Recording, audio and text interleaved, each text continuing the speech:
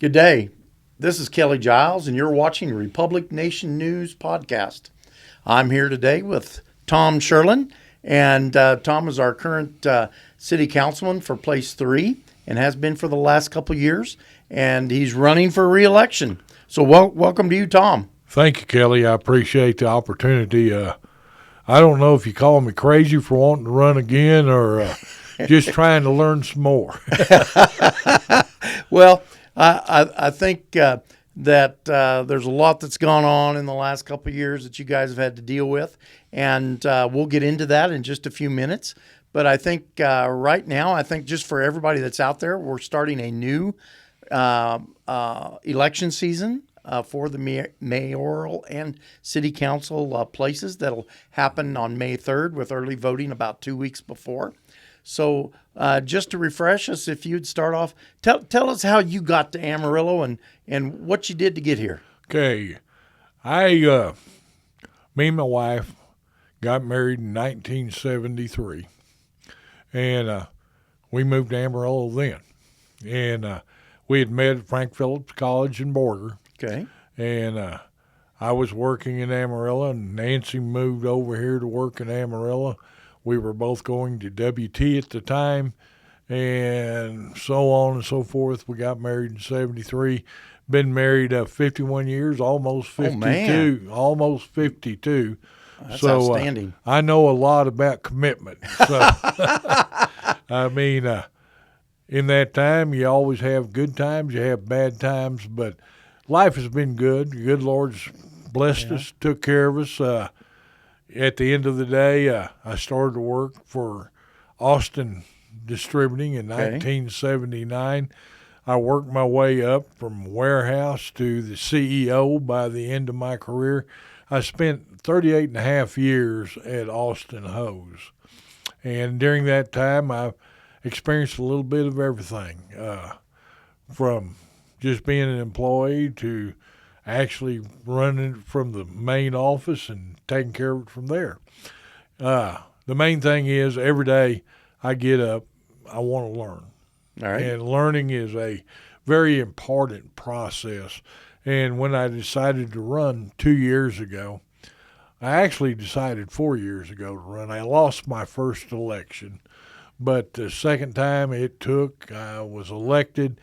The people of Amarillo blessed me by electing me to serve them. And at that time, I ran on a common sense form of government. I mean, I just believe wholeheartedly we can make government a lot easier, make it for the people.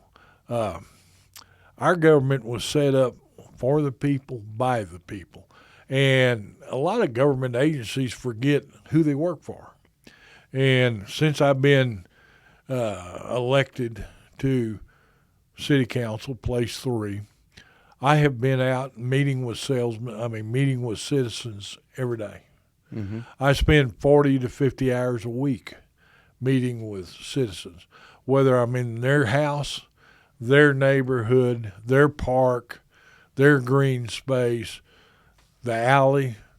I've been there to all of them. Yeah, and I see your posts on social media too about notification of your regular listening meetings that you have up there at City Hall. Every other week when we don't have city council meeting, I hold what I call Meet the Councilman. And I invite anybody and everybody in the community to come. If you have a problem, bring your problem. If you have praises, bring your praises. But I'm willing to take any question. I don't shy away from anything. Mm-hmm. And a lot of time when people come, they're not coming to tell you did a good job. Most of the time they're coming to tell you what the problems are. And that's human nature. And how to fix them. So really, I love that interaction because I firmly believe when our forefathers came and set up our Constitution, they set it up to represent the people. And each and every week or every day, whatever the case may be, the problems are brought.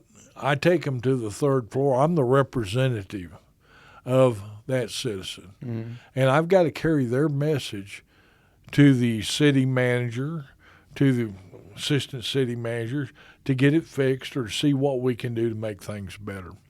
And that was part of the learning process. I mean, we all talk about getting elected, and getting elected is the hard part of it.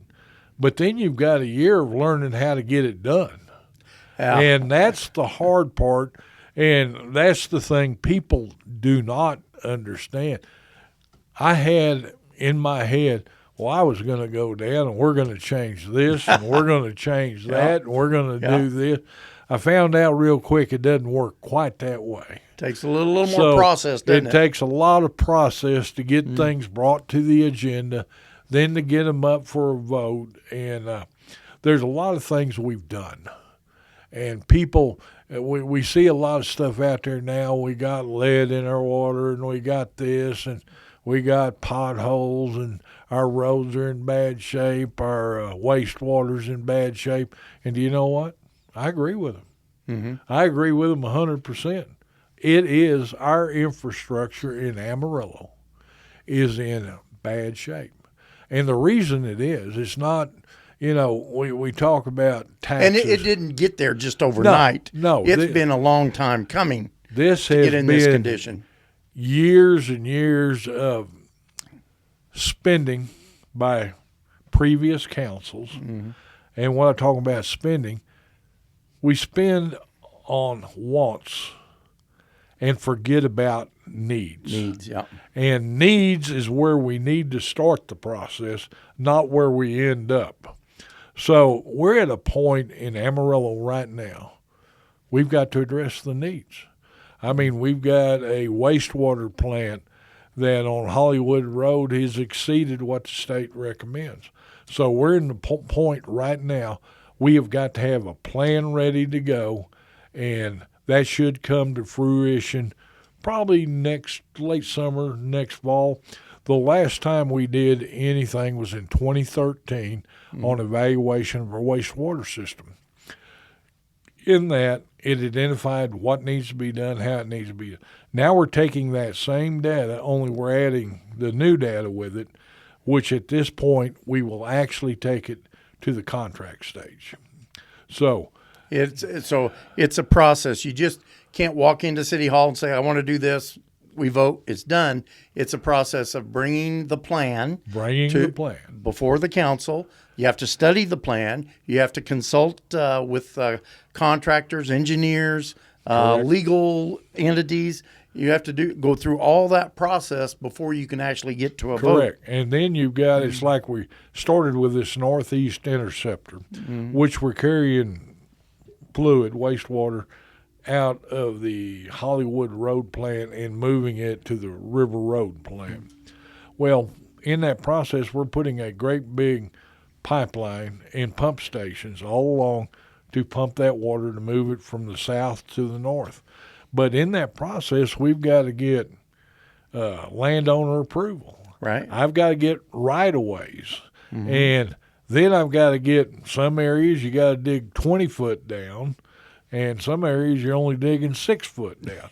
So it's not just going in, putting in a ditch, and being done with it. There's a whole lot that is involved, and I think that's where a lot of people get lost in our processes is they think it's like what you said a while ago, Kelly. Well, we're going to put in a new wastewater plant, and we just tear it down and build a brand new one. Don't work like that. It's not that simple. Correct. And it all takes time, but you do have to have the plan. Correct. And so once you get the plan in place, then you got to do step by step by step. Well, once you get the plan's the easy part.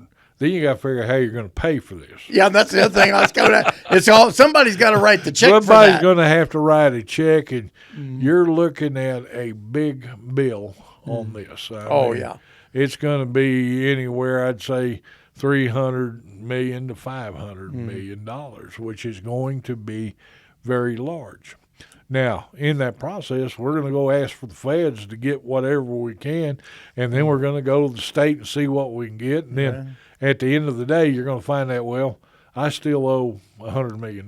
Right. And then we'll figure out how we're going to part that out. Yeah, so that's one of the important things. I mean, it's like when we went in this year or 2 years ago, our first budget. You get elected. Here's the beauty. You get elected in May. You start service in June, and we're in budget in July.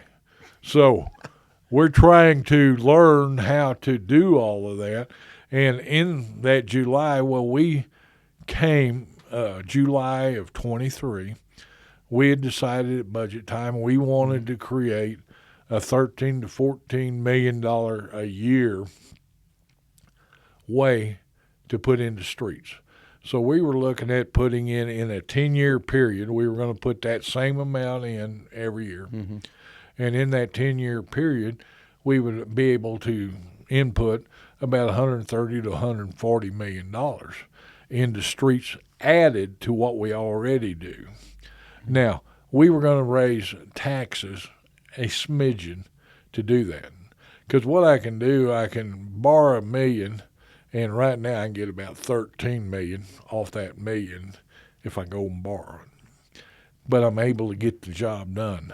So what we wanted to do was do that, so we put that into the budget. Mm-hmm. And so coming on the next spring, because that's when you would start your road, right, spring and summer, well, we found out we couldn't do it. And we're going, well, why can't we do that?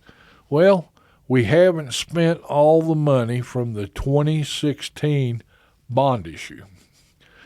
We're going, that's 7 years ago. How is that not spent? Yeah. And then we're going, well, how much is there? Well, we're not sure.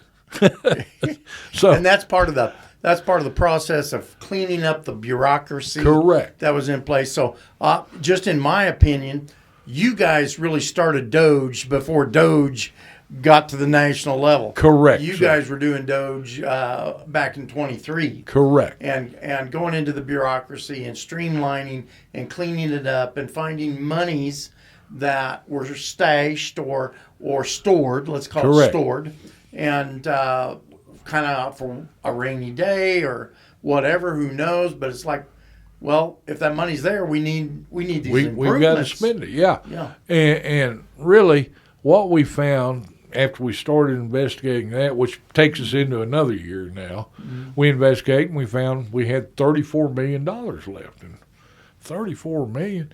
And then we found out that $34 million that was still there, we had $4 million in interest from the 7 years prior to. So now we got $38 million. We had to find a place. We have to do a contract and have it signed before I can spend any money. So what we've done, we've spent it over here on Georgia Street from 58th out to the Loop. We'll have a 5-lane street and guttered and sidewalked all the way, but we finally got that taken care of. Now, this summer and spring, people are going to start seeing us working on roads because I can finally legally do it. So let's just to the audience, let's go back through and understand this process. So first, you have to get elected the first time. Correct. And the other council members and mayor too. Then you start into the process. Then you have the authority and the position to start analyzing all the different relationships of the different departments, what bureaucracy has grown in, and bureaucracy has a bad way of just creeping in no matter where it is, what government you're in. Bureaucracy is always a creep. And so you've got to go through that. And like they're finding out at the national level, you want to use a scalpel, not a shotgun. Correct. And so you got to go in and start cutting away, and sometimes you've got to that creates a problem that you got to fix before you can go to the next cut. And so this is a process that takes place, and it takes a while to figure it out. Then you got to go through all the contracting, the planning, get the money, and then make sure the shovel-ready project has got a shovel in it. Correct. And then you can proceed to see physical material advancements in your community. Correct. What I would like to see coming into, if I get reelected, what I would like to see is when we're doing a project, whether it be wastewater or let's say South Georgia Street, I would love to see us put a dashboard on the city website that any citizen can go in and they could say, oh, Georgia Street's going to start June 1st. It's estimated to be finished June 1st, 26 or whatever, But I want, if we're using money, taxpayer money, I want the taxpayers to be able to see where that money is, where at on the deal. Are we almost finished? Are we halfway finished? Are we on schedule? Are we behind schedule? I think it's so important that we be transparent with taxpayer money. I mean, it goes back to this 2016 bond issue, and if you go back and look at that, just about every main street in Amarillo was going to be fixed. I think it was actually a $90 million bond issue, and it had every street. But I can't tell you if 10% of those streets were ever really done, or I think it was sort of a willy-nilly plan. And that's why I think if we go to Citizens for a Bond issue, they need to know what they're voting on. What the money's going to go for. Correct. And you got to be able to track it. Correct. Show where that money's flowing. Because I think that is where a lot of citizens have lost trust in government. Well, we voted to have streets fixed 7-8 years ago, and we're still working on it. We're still looking. That's where we lose trust. Yeah. And we've got to create trust. Because right now, I think the citizenry in the United States is very leery of government. I don't care if it's city government, national government, state. Right. People are very leery because what they're finding out, and as we go into this Doge thing, the money that we throw away, and I call a lot of it throwing it away, when it could be doing good for the people. And so I want to change gears just a little bit here, Tom. So I'll lay out my thought here and then let you run with it. But a lot of people they always want to talk about growth, and hey, we're all for growth. Believe me. Correct. I'm a capitalist. I'm an investor. I love growth. Correct. And so, but in order to have growth, in other words, to stimulate internal investment of the people that are already here, builders, etc., and create jobs, or invite in or entice outside investment to come in. People, if I'm an investor, number one thing is, do you have a good city government to work with? In other words, can I believe what you tell me? Will I feel like I get a fair shake? Is everybody treated pretty basically the same? Everybody follows the rules as best they can. And so in saying that, you really, and also infrastructure. So you actually have to, in order to lay the foundation and the support for future growth, you almost have to lay this infrastructure physically first, because people that come in and want to build a plant or build some other kind of business, they want to know, can I get water? Can I get sewer? Can I get electric? And can I get my permit in a time sensitive manner? Yeah. So they want to know all that. But I'll set you up there. I'll let you roll with it. Okay. What we have is, it's like what you said, Kelly. I've got to sell what we got. Every job is a sales job. You're selling yourself. I'm selling myself. And when we work together, and we've had a relationship with the Economic Development Corporation, which I think is a good thing. Now, it needed to be reined in a little bit and refocused. And that's what we did. We had citizens come to us and made some legitimate complaints, and we researched them and found out they were true. They're legitimate complaints. And at that point, we felt like we needed to do some change. Now, we didn't ask any board member to resign. They resigned on their own. Right. So at the end of the day, we found a problem. We wanted to fix the problem to create more, I guess you would say, transparent, so people knew what was going on. Now, the way everything went down, we've changed some bylaws. We've changed a board. And in so doing, I think at the end of the day, we're going to have a lot better economic development company than we've had before. But here we go. I've got pipes in Amarillo 90 years old. I've got pipes that are 50 years old. I mean, it's just like what we did in North Heights. Nothing has been done in North Heights in over 50 years. This year we funded $1 million to go in and start replacing water lines because a lot of their water lines are too small. Mm-hmm. They don't have the pressure. Right. But they've been ignored for 50-plus years. This is where we've got to focus on the needs, not the wants. I mean, you look at, we just opened up a beautiful new city hall. Mm-hmm.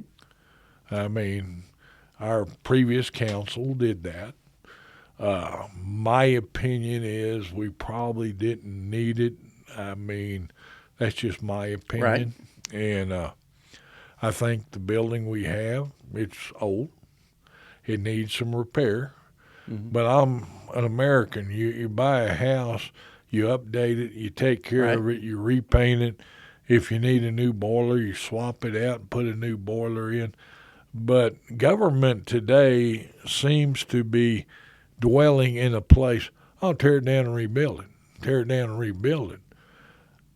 You know, what amazes me, you look down here at Potter County Courthouse, go to Canyon, look at Randall County. Mm-hmm. We're looking at buildings 100 years old that's still just as steady as anything. And now we had more engineering, more computers, and I can't build a building that won't last 50 years anymore. There's something wrong with the way. Maybe we're using that lowest bidder way too many times. I don't know. Well, just where I went to high school in rural farming community, the building we held high school in was when I was there was over 50 years old, and so that's been a long time ago. Oh yeah, they're still using that same building. Oh yeah, the high school I graduated from, it's 54 years ago, mm-hmm. and I'm going. That school was there a long time before I got there, you know. But we're still using them, and we've got to do that. We've got to be more frugal with our dollars. Instead of spending $35 million for a new city hall, I'd rather put that $35 million into infrastructure. Mm-hmm. Now, you won't see it, and people go, where'd that money go? It's down there, you know. But this is where we've got to start focusing. Infrastructure is a backbone for any city. Streets, mm-hmm. water, sewer, public safety. Yeah, law enforcement. All of these things, that's what I need to worry about. Mm-hmm. I don't need to worry about all these other things that are on the periphery.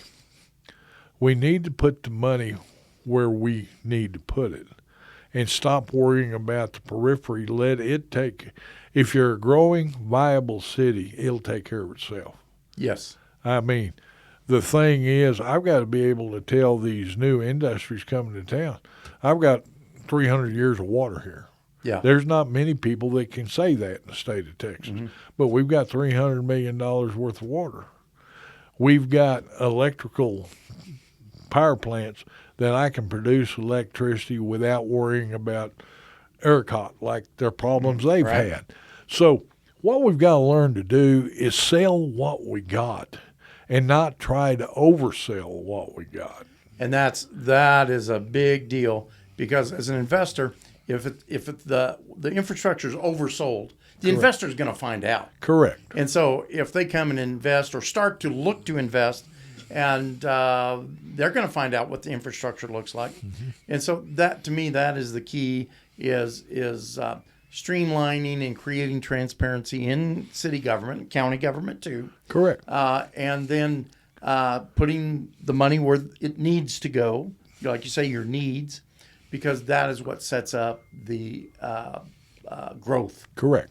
And Correct. So I think that's a good plan, and it takes time to do all that. So just in closing here, or heading down the exit here, what do you see up ahead of us as some challenges? The biggest challenge, I think, is going to be getting our infrastructure up to snuff, because that's going to include wastewater, it's going to include water, it's going to include streets. And what we're talking about is we neglected it.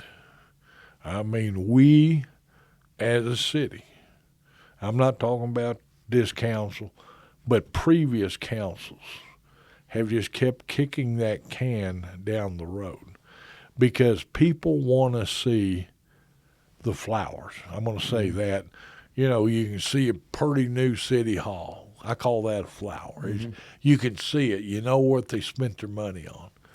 Well, they don't see that pipe 10 foot down that's bringing the water. I mean, it's just like during these cold snaps, we had water lines breaking and breaking. We had it in the cold snaps, and I had it in the heat last summer. So neither end was good. So what was it in 23? So you just take office in 23, and you get hit with 100-year flood. We have a 100-year flood within 2 weeks of us taking office, and we're in there and we go, well, what do we do? It takes time. It takes time. And this is the thing, one thing about electing an incumbent, he's done his freshman year.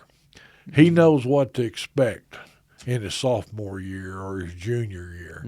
Whereas that guy that's coming in, he has great expectation. He's got some great ideas, but he's got to learn the learning curve.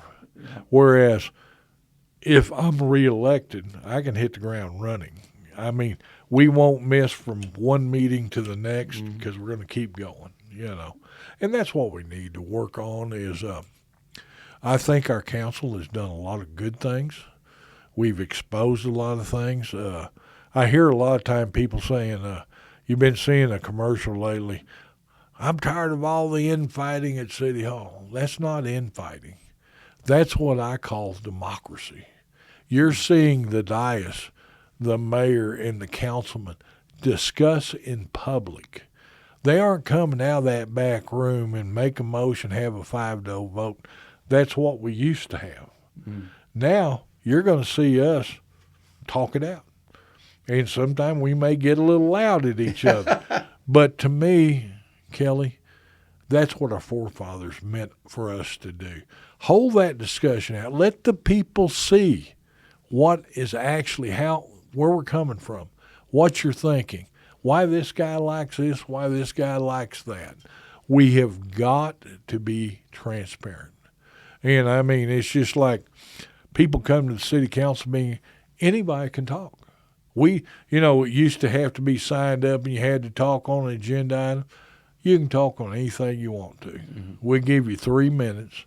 And public comment. And a lot of that has led to further public come up and brings up something. Well, then I would like to see that on a discussion item 2 meetings from now. And, I mean, it was brought to my attention about the number of wrecks we've been having at controlled intersections. Well, I asked to have a report done giving us that information. Is this true? I mean, are we having more wrecks or am I having less wrecks? Is it all at controlled intersections or what is it?